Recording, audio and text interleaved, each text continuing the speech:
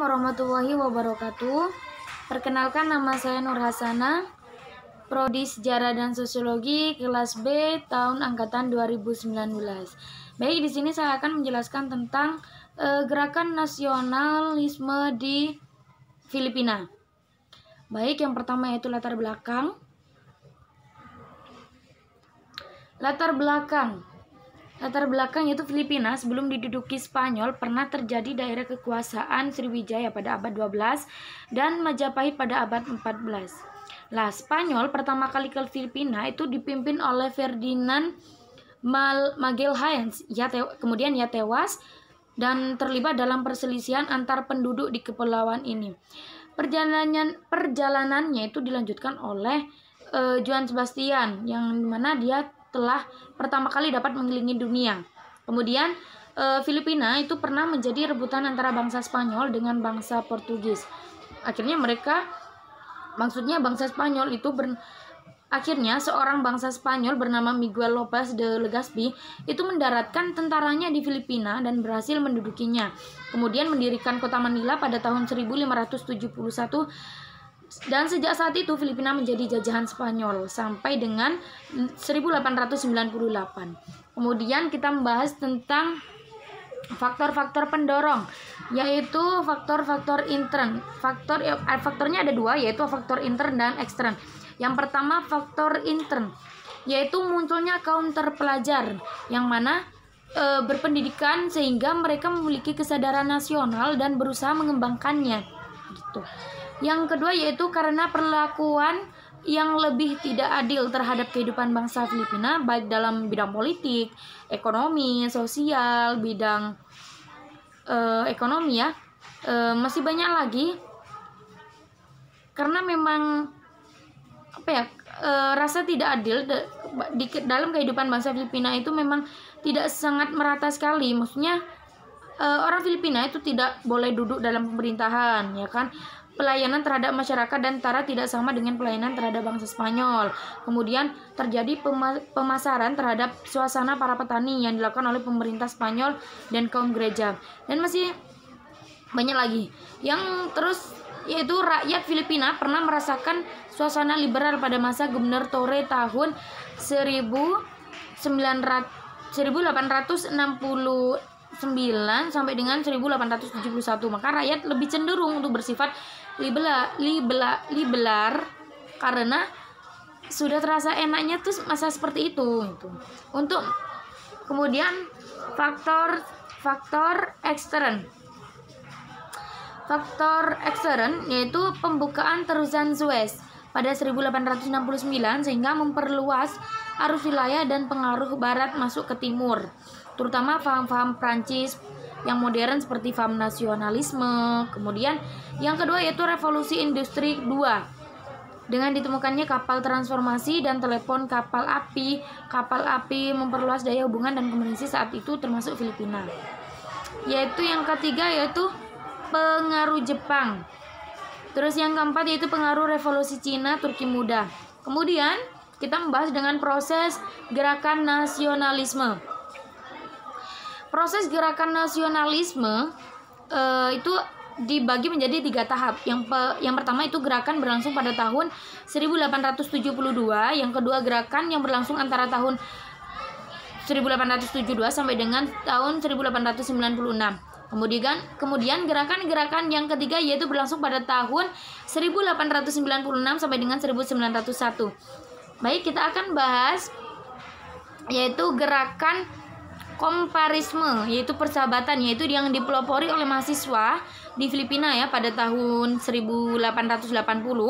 Lahir organisasi Liga Filipina yaitu pada tahun 1892.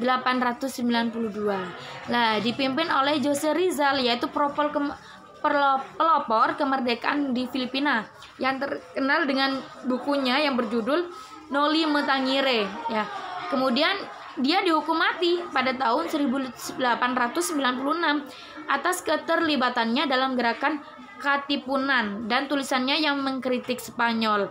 Jadi memang yang paling terkenal yaitu adalah Jose Rizal ya. Dari artikel yang saya baca itu memang Jose Rizal itu tokoh yang sangat berpengaruh sekali dalam berlangsungnya proses gerakan nasionalisme di Filipina ini. Kemudian yaitu gerakan selanjutnya yaitu gerakan Katipunan. Ya. Gerakan Katipunan yaitu maksudnya dibentuk pada tahun 1893. Andreas, yaitu yang dibangun oleh Andreas Bonifacio mendirikan Katipunan, yaitu yang maksudnya saya tuh yang mendirikan tuh Andreas Bonifacio. Gerakan nasionalisme untuk melawan Spanyol.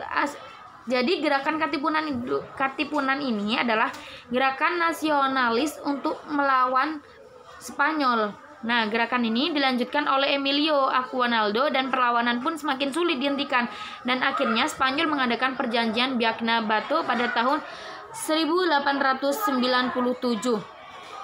Ya, di mana Emilio ini tidak dapat dihancurkan oleh Spanyol sehingga Gubernur Jenderal Primo de Rivera mengajukan perdamaian pada Emilio Aguinaldo. Maka ditandatanganilah perjanjian Biakna da Bato Desember pada tahun 1897. Lah, isi dari perjanjian Biakna Bato 1897 itu yaitu adalah Aguinaldo meletakkan sebagai ketua dan menghentikan perlawanan. Yang kedua, ia mengasingkan diri ke Hong Kong seumur hidup dan akan diberikan uang 800.000 peso oleh pemerintah Spanyol. Kemudian yang ketiga, pemerintah Spanyol akan memberikan ganti rugi kepada petani 900.000 peso. Wow, namun kedua belah pihak ini tidak mentaati perjanjian itu, terutama Spanyol yang tidak membayar seluruh ganti rugi kepada Filipina. Akhirnya, Aguinaldo sendiri hanya diberi setengahnya. Kemudian dan uang yang diberikan Spanyol oleh Aguinaldo dibelikan persenjataan untuk dipakai pemberontak Spanyol. Pada tahun 1908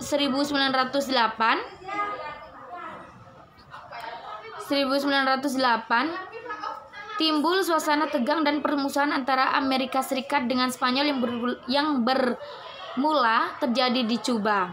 Kemudian akhirnya permusuhan ini meluas ke Filipina dan Amerika yang bermaksud mengusir Spanyol dari Filipina. Nah, kemudian pada bulan Agustus 1898 Spanyol menyerah. Setelah Spanyol kalah, Amerika Serikat tidak memberikan kemerdekaan kepada Filipina. Akibatnya Aguinaldo memproklamasikan Republik Filipina tahun 1899 di Malolos. Dengan dibentuknya Republik Filipina terebut Amerika. Kemudian Amerika pada tahun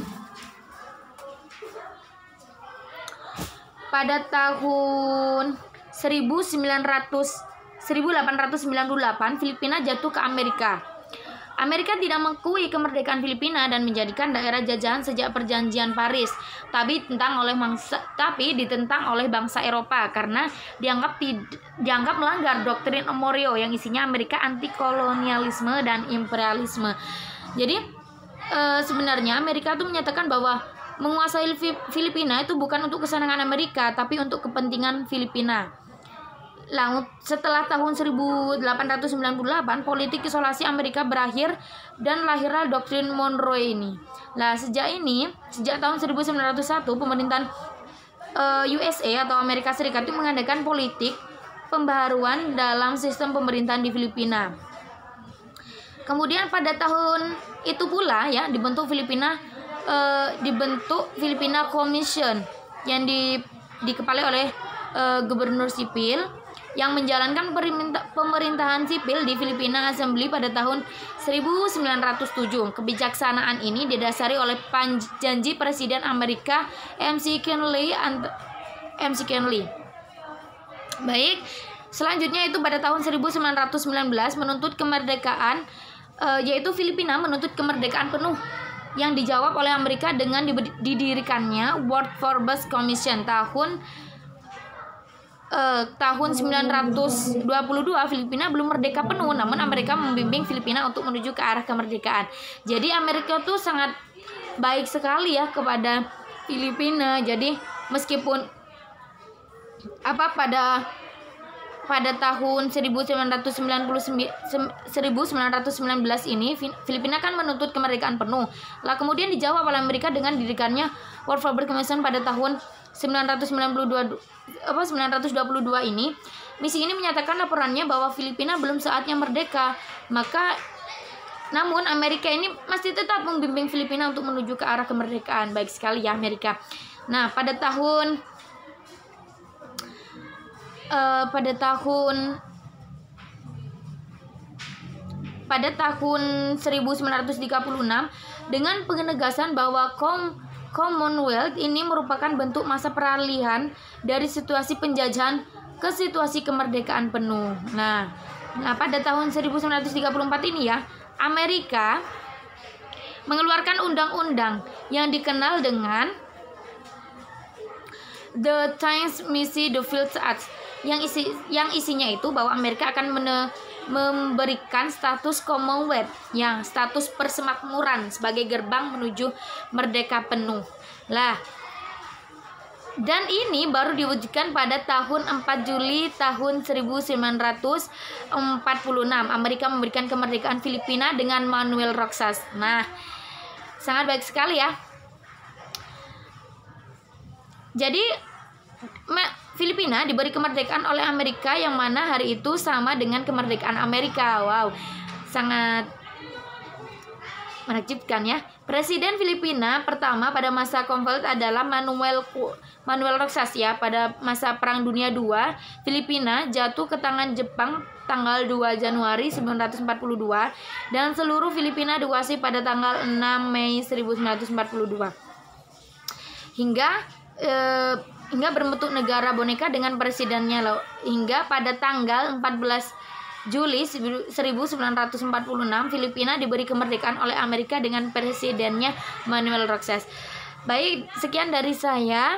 Apabila ada penjelasan yang mungkin kurang paham atau mungkin tidak sesuai dengan artikel yang kalian dapat, ini menurut artikel yang saya cari. Dan mohon maaf, sekian dari saya. Wassalamualaikum warahmatullahi wabarakatuh.